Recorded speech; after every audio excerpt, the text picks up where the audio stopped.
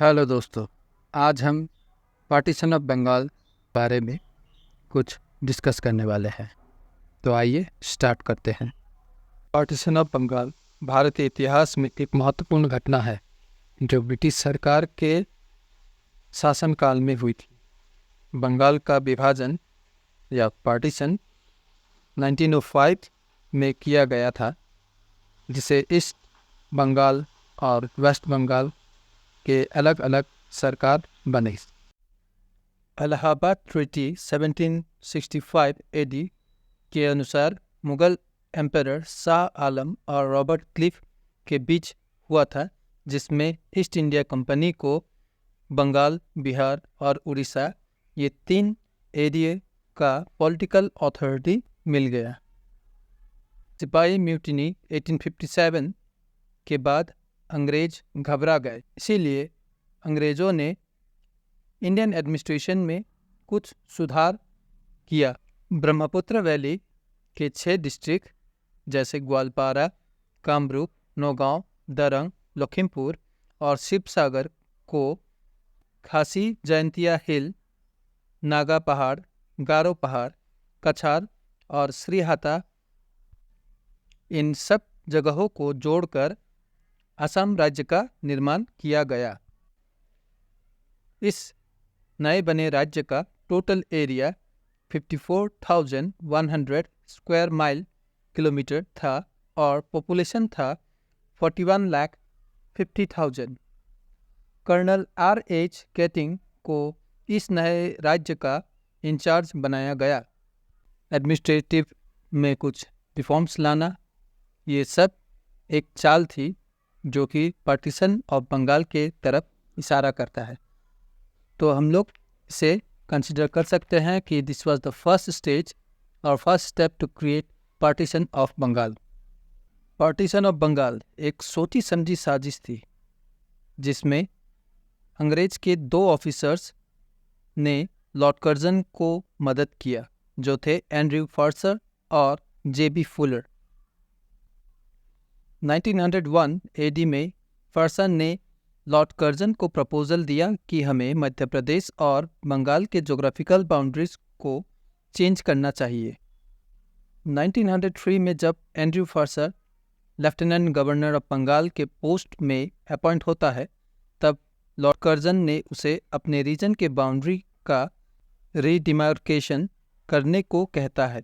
Andrew फर्सर ने कुछ बदलाव के साथ अपना प्लान लॉर्ड कर्जन को सबमिट किया, जिसे बाद में लॉर्ड कर्जन ने हर्बर्ट ट्रेसली के साथ डिस्कस किया। यह प्रपोजल ऑफिशियली एक्सेप्ट हुआ और इसे कहा गया the minute on territorial redistribution in India. 6 दिसंबर 1903 को जब यह प्रपोजल ऑफिशियली डिक्लेयर हुआ, तब इसे रिस्लीस पेपर कहा गया। इससे पहले कि हम आगे बढ़े, हमें जानना चाहिए कि असम के कौन से रीजन को ब्रिटिश एम्पायर में कब एक्वायर किया गया। ब्रह्मपुत्र वैली यंदाबू ट्रीटी के थ्रू 14 फरवरी 1826 में एक्वायर किया गया। इसी तरीके से कछार 1832 में, खासी हिल 1833 में, जयंतिया हिल 1835 में, सदिया 1839, कामती 1843, सिंगफो 1843, अंगामी नागा हिल 1854 में। अब जब यह बंगाल प्रोविंस इतना बड़ा बन गया, तब इन्होंने क्या कहा? ये कहते हैं कि इतने बड़े बंगाल प्रोविंस को लेफ्टिनेंट गवर्नर स्मूथली रूल नहीं कर सकता, इसीलिए प्लान के हिसाब से अब बंगाल प्रोविंस को 2 टुकड़ों में तोड़ना होगा और फिर ईस्ट बंगाल एंड असम के रूप में बंगाल प्रोविंस के 2 टुकड़े किए गए। लॉर्ड कर्जन ने बंगाल को छोटा और असम को बड़े एरिया में भाग करना चाहा। उसका कहना था कि इससे एडमिनिस्ट्रेशन स्मूथली चलेगा, परंतु वे हिंदू मुस्लिम यूनिटी से डर कर ऐसा कहते हैं। अंग्रेज हिंदू और मुस्लिम के बीच डिवीजन क्रिएट करना चाहते थे। बंगाल को इंडियन नेशनलिज्म का सेंटर माना जाता था। बंगाल के पार्टीशन से लॉर्ड कर्जन ब्रिटिश एम्पायर को मजबूत तथा भारत को कमजोर करना चाहता था। 2 फरवरी 1905 में लॉर्ड कर्जन ने अपना proposal secretary of state for India को भेजा। 9 जून में secretary of state for India John Brodrick ने अप्रूवल दिया। 1 सितंबर 1905 में ऑफिशियली डिक्लेयर हुआ कि 16 अक्टूबर को पार्टीशन होगा।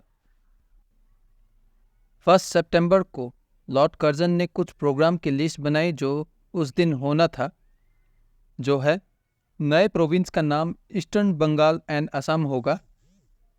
नए प्रोविंस का कैपिटल ढाका बनाया जाएगा। ईस्ट बंगाल एंड असम का एडमिनिस्ट्रेशन लेफ्टिनेंट गवर्नर को दिया जाएगा। असम का कैपिटल शिलोंग से शिफ्ट होकर ढाका किया जाएगा। होप आप सबको मेरे द्वारा किया गया काम पसंद आया हो। Thanks for watching. Like, share and subscribe.